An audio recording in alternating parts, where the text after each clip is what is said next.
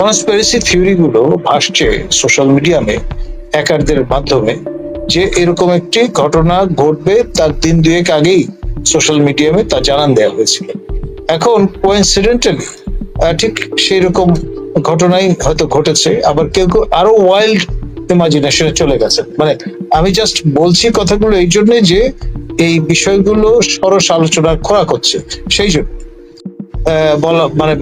বলা হয়েছে যে তিনি একজন কেন, এই ধরনের F7 ফ্লাইটে একাধিক পাইলট থাকবার কথা, এবং আরেকজন যদি ম্যাচিওর পাইলট থাকতেন তাহলে হয়তো এমনটি নাও ঘটতে পারে। যে গত বাজেটে আপনার প্রতিরক্ষা খাতে অর্থ বরাদ্দ কমিয়ে দেওয়া হয়েছে, এটা খুব বিজ্ঞজনোচিত কাজ হয়েছে বলে আমি মনে করি না।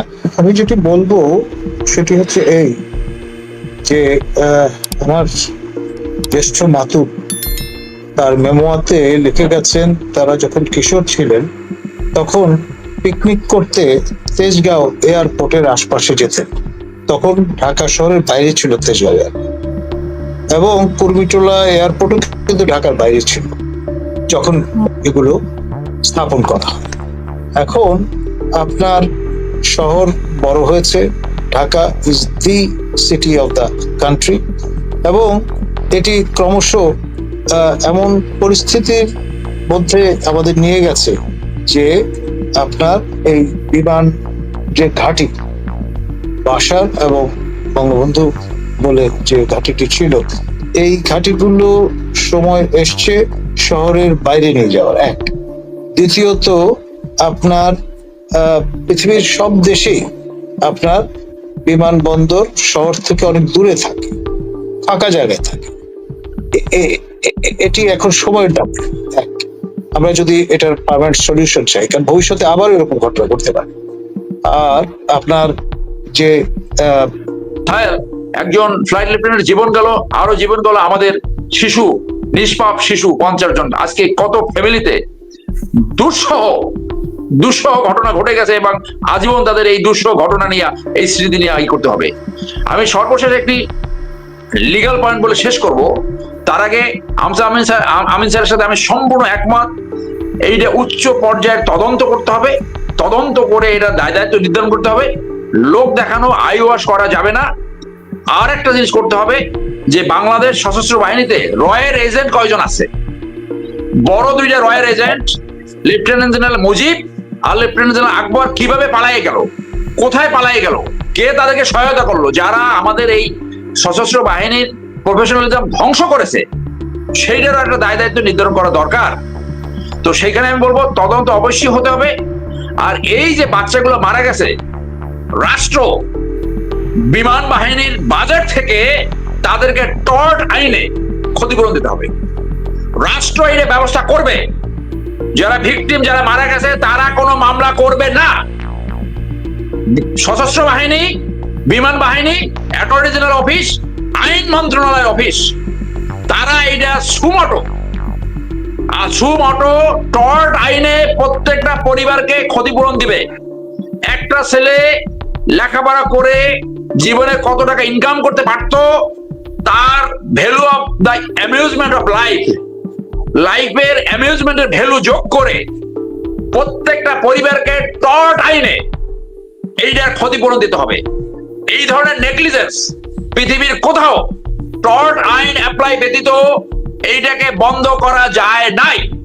রাষ্ট্র থেকে 50 লাখ 1 কোটি টাকা দেবে, দ্যাটস নট এনাফ। রাস্তায় নেগলিজেন্স করে ড্রাইভার, টাকা দেয় ডিসি অফিস। ডিসি তো বাবার টাকা দেয় না, ডিসি আমাদের টাকা দেয়। কি দেয়? 50,000 টাকা, 20,000 টাকা। ওইটা ইনিশিয়াল একটা হতে পারে, কিন্তু টর্ট আইনের মাধ্যমে এই ধরনের নেগলিজেন্সের কেন ক্ষতিপূরণ দেওয়া হয় না? রাষ্ট্রগতভাবে আমরা একটা ডিসফাংশনাল স্টেট, একটা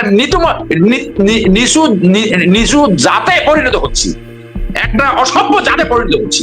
কোন সভ্যতা, কোন ভব্যতা, কোন সংস্কৃতি কেবল নিচের দিকে যাচ্ছে। এবং এই রাস্তাঘাটের অবস্থা দেখেন, মানে একটা জঙ্গল রাষ্ট্র। হ্যাঁ, আর এক পক্ষ এসে খালি আরাম করতেছে। ওরা এখন গাড়ি, ঠান্ডা গাড়ি, পতাকা পথ করে, আর উপদেষ্টা সাহায্যে কোনো কাজই করতে পারে না এখন পর্যন্ত, যেসব কারণে আজকে এইসব ঘটনা ঘটছে। সেই জন্য বড় ধরনের তদন্ত করতে হবে, ভেরি প্রফেশনাল তদন্ত। রয়ের সমস্ত এজেন্ট একটা ডিফেন্স মিনিস্ট্রির আওতায়, মিনিস্ট্রির আওতায় একটা উচ্চ পর্যায়ে কমিটি করে বাংলাদেশ সশস্ত্র বাহিনীকে মুক্ত করতে হবে সবার আগে। এই এখানে বলছে তোমাদের ফাইটার প্লেনের দরকার নাই, তোমাদের নিরাপত্তা আমরা দেখবো। ওই আলোচনা আমাদের করা উচিত যে বিমান বাহিনীর এফিসিয়েন্সি এত নিচে আসলো কেন, সেগুলো নাইলে রাষ্ট্র হিসেবে আমরা টিকে থাকবো কিনা আমার সন্দেহ রয়েছে। জানি যেটি দুর্ঘটনা, তারপরেও বিষয়গুলো যেহেতু আপনার পাবলিক ডোমেইনে এসছে, সেই কারণেই বলা যে মানে এমনও কথা মানে ওয়াইল্ড স্পেকুলেশন করা হয়েছে যে সংশ্লিষ্ট বৈমানিক যিনি তার জীবন দিয়ে শিশুদের রক্ষার চেষ্টা করেছেন, তাকে বলা হয়েছে যে তিনি একজন কেন এই ধরনের F7 ফ্লাইটে একাধিক পাইলট থাকবার কথা, এবং আরেকজন যদি ম্যাচিওর পাইলট থাকতেন তাহলে হয়তো এমনটি নাও ঘটতে পারত। দুই, তৃতীয়ত আপনার যেহেতু ঘনবসতিপূর্ণ এলাকা, শহর, সেই কারণে শুধুমাত্র এই স্কুল গ্রাউন্ড গুলোতেই কিন্তু ফাঁকা মাঠ পাওয়া যায়। সম্ভবত তিনি চেষ্টা করছিলেন একটা আপনার ক্রাশ ল্যান্ডিং এরকম ফাঁকা জায়গায় করতে, এবং দুর্ঘটনা এবং এমন ভাবে ঘটনাটা ঘটেছে, তীব্র তাপ তৈরি হয়েছে, তার মধ্যে যেই পরিমাণ ক্ষয়ক্ষতিটা হয়েছে মূলত এই তাপের কারণে, বিস্ফোরণের কারণে, স্মোকের কারণে। সব মিলিয়ে এটা থেকে যদি আমরা লেসন্স লার্ন না করি তাহলে ভবিষ্যতেও কিন্তু এই ধরনের ঘটনাগুলো ঘটতে থাকে। সেই জন্যে আমার মনে হয় একেবারে কোনো কিছু কাভার আপ না করে এটাকে পুরোপুরি জনগণের সামনে পরিষ্কার করা, এবং আপনার যে বিষয়টা আমাদের ব্যারিস্টার সারওয়ার বলেছিলেন তার সঙ্গে পরিপূর্ণভাবে একমত, যে পর্যাপ্ত পরিমাণে ক্ষতিপূরণ দেওয়ার ব্যবস্থা করতে হবে। সেইটি আমরা নমিনাল টোকেনিজমের দ্বারবর্তী যাতে না হই। দুই, তৃতীয়ত আপনার ফ্লাইট সেফটির যে নিটিগিটি বিষয়গুলো আছে সবগুলো আপনার অ্যাডহিয়ার টু করা হয়েছে কিনা। এবং আরেকটি বিষয় আমি বলবো, সেটি হচ্ছে গত বাজেটে আপনার প্রতিরক্ষা খাতে অর্থ বরাদ্দ কমিয়ে দেওয়া হয়েছে। এটা খুব বিজ্ঞজনোচিত কাজ হয়েছে বলে আমি মনে করি না।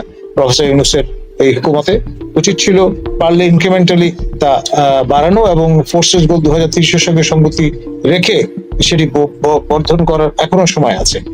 এই ঘটনার পরেও যদি আমরা সতর্ক না হই, কমপ্লাইন্ট থাকি, তাহলে জাতি হিসেবে আমি বলবো যেটা আমাদের জন্য দুর্ভাগ্য। ধন্যবাদ।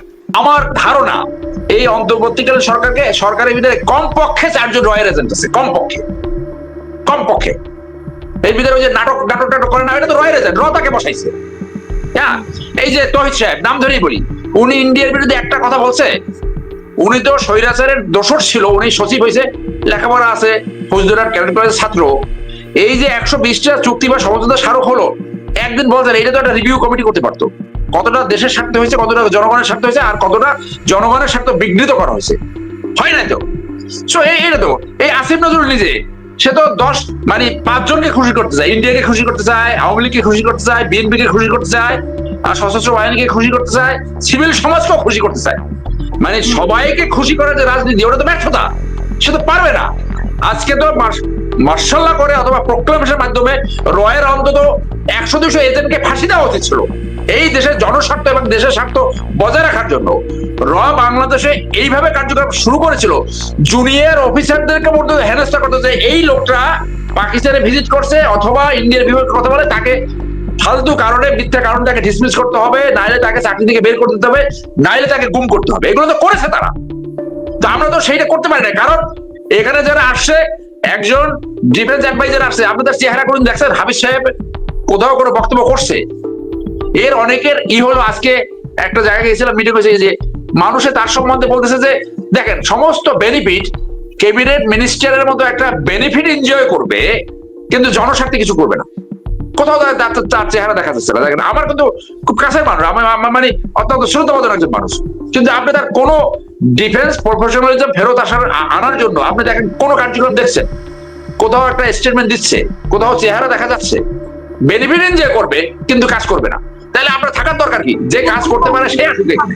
এই যে কাজ করতে পারে, যে কাজ করতে পারে তারে আনবে, সেই পলিসি তো এটা নাই। কারণ এখানে যারা আসছে তারা একজনও ক্রাইসিস ম্যানেজমেন্ট করার অভিজ্ঞতা নাই, একজনও রাষ্ট্র পরিচালনা করার অভিজ্ঞতা নাই। এরা আসছে একটু বেনিফিট পাওয়ার জন্য, একটু এনজয় করার জন্য আর কি, একটু কথা কথা বলার জন্য। এরা তো মিশন অ্যাকমপ্লিশ করার জন্য আসে নাই। তো যার জন্য আজকে এইগুলো, এই যে এয়ারফোর্স বলেন, এই যে বিমান দুর্ঘটনা, এগুলো তো আরো ঘটতে থাকবে, আরো হতে পারে, কারণ it has been, everything has been damaged, nothing has been reconstructed. আজকে তো 50,000 লোকের চাকরি দিতে পারতো, এই 11 মাসে 50,000 লোকের চাকরি দিতে পারতো, করে নাই তখন। তো আপনি স্বৈরাচারী দোষর আপনি ফেজ আউট করবেন কিভাবে? ওই ধারণা নাই। আপনি যুদ্ধকালীন এমার্জেন্সি কমিশন দিয়ে তাদেরকে অন জব ট্রেনিং করে যুদ্ধ করানো হয়। এই তাদেরকে 4 সপ্তাহ ট্রেনিং করে, আমাদের ইউনিভার্সিটি ছেলেরা তারা বেকার বসে আছে, তাদেরকে 4 সপ্তাহ ট্রেনিং করে প্রশাসন, বিডিআর, পুলিশ সব জায়গায় ঢুকাই দিতেন, প্রতি 1 মাস পর নিতেন। ওই ভীষণ কোথায়? ওই হেডমাস্টারের পক্ষে তো এটা সম্ভব না, উনি নোবেল লরিয়েট হয়েছেন, কিন্তু উনি তো অর্থনীতিবাদে বাকি কোনো অভিজ্ঞতা নাই, যার জন্য it is bound to fail. তো ইট ইজ ফেইলিং, এবং এটা ফেল করবে। সেই জন্য সবকিছু নির্ভর করবে পরবর্তী নির্বাচিত সরকারের উপর। তারা যদি সত্যিকারে লিডারশিপ আনতে পারে, সত্যিকারে ভালো সংসদ সদস্য বানাতে পারে, সত্যিকারে চোর ডাকাত গুন্ডা বদমাশ বাদ দিয়ে ভালো মানুষকে সামনে আনতে পারে, আর না হলে আবার একই জিনিস হবে। সর্বশেষে এইটুকু বলবো, ওই যে সলো যে প্রশিক্ষণ, এইটা জনগণের ভিতরে একটা ভুল ধারণা যেতে পারে, এটা টার্নিং এর অংশ। যখন সে ওই মানে যাবে, তাকে তখন একা ফাইটার প্লেন সে একা পরিচালনা করবে, take off, maneuvering and landing. এটা কমার্শিয়াল ফ্লাইট না, কমার্শিয়াল ফ্লাইটে মিনিমাম 2 জন থাকে। So let it be clear to everyone that এটা তার টার্নিং এর অংশ ছিল। একজন বৈমানিক যখন তার প্লেন টেক অফ করবে, নিবে, তাকে ওই পরীক্ষা দিয়ে দিয়ে দিয়ে প্রশিক্ষণ করে করে করে এখানে আসতে হয়। So I want to believe, পত্রিকা আসছে যে it is all about the mechanical fault বোধ হয়। কারণ মেকানিক্যাল ফল্ট হবে না, কারণ আপনি তো জাম কিনে আনছেন। তারেক সিদ্দিকী ব্যবসা করার জন্য, আওয়ামী লীগের লোক ব্যবসা করার জন্য জাম কিনে এনেছেন। আপনি জানেন ওই যে স্বাস্থ্য মন্ত্রণালয়ে একজন কুতুব ছিল, ওই চোরের নামও মনে আসতেছে না, কুতুব। সমস্ত সাপ্লাই সে দেবে, কারণ সাপ্লাই দিলে ওই আপনার মন্ত্রী, স্বাস্থ্যমন্ত্রীর পকেটে, তার ভাগেটা তার পকেটে যাবে, তার বউর পকেটে যাবে, তার ছেলের পকেটে যাবে। বিমান বাহিনীতে ওইরকম কুতুব ছিল। ওই একজন অফিসার, নাম বলবো না, বিব্রত হবে, একজন ছিল ওই ব্যবসায়ী, যে এই যে আমি বিমান বাহিনী প্রধান, একজন বিমান বাহিনী প্রধানের বিরুদ্ধে আবেদন জানাইছি তার দুর্নীতি তদন্ত করার জন্য, আর শেখ হান্না তদন্ত হচ্ছে। আমি চাচ্ছি এরকম আরো কিছু লোক আসলে যে আপনি আবেদন করেন দুর্নীতি দমনে, অন্তত একটা চেক হোক। এমন বিমান বাহিনী প্রধান ছিল যে তাদের অফিসে কোনোদিন কোনো সাপ্লাইয়ার ঢুকতে পারতো না।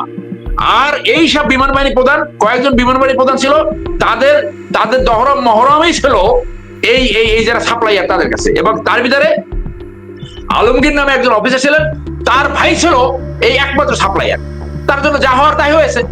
হ্যাঁ, আমরা স্যার বললেন যে ওয়াল ভাইঙ্গা আবার নতুন ওয়াল করে, প্রজেক্ট নাই তো ফুটপাথ ভাইঙ্গা আবার, মানে ফাংশনাল ফুটপাথ, ব্যবহারযোগ্য ফুটপাথ, সেইটাকে ভাঙবে, কাটবে, ড্রেন বানাবে, তারপর আবার সেইটাকে ফুটপাথ বানাবে। এই হলো বাংলাদেশের এক ধরনের উন্নয়ন। তো ওইখানে ওয়াল ভাইঙ্গা ওয়াল করে। এই সব কিছুর মূলে হলো মাফিয়া তন্ত্র। রাষ্ট্র ব্যবস্থাপনায় যখন প্রধানমন্ত্রী এবং তার পরিবার চুরি করে, ডাকাতি করে, মানি লন্ডারিং করে, তার কোনো রাজনীতিবিদ, চরিত্রবান রাজনীতিবিদ থাকে না, তখন কোনো কিছু ঠিক থাকে না। তখন চোর খুঁজে বাইর করে যে আমার চুরি থেকে সহায়তা করবে। তাহলে বাংলাদেশের মূল সমস্যা হয়েছে রাজনৈতিক দুর্বৃত্তায়ন। এই রাজনৈতিক দুর্বৃত্তায়ন বাংলাদেশের সমাজ ব্যবস্থাকে কমপ্লিটলি দুর্বৃত্তায়ন করেছে। সেইখান থেকে ইন আইসোলেশন হয়তো কিছু ভালো লোক আছে, কিন্তু গত 15 বছরে যাদেরকে বাহিনী প্রধান বানানো হয়েছে, তাদের অনেকেই তাদের প্রফেশনালিজমকে ডিট্রাক্ট করে আপনার এই চোরের প্রতি আনুগত্য প্রকাশ করে তাদের বাহিনী প্রধান হয়েছে। সেইটার রেজাল্ট হলো আজকের এই ট্র্যাজেডি। ধন্যবাদ।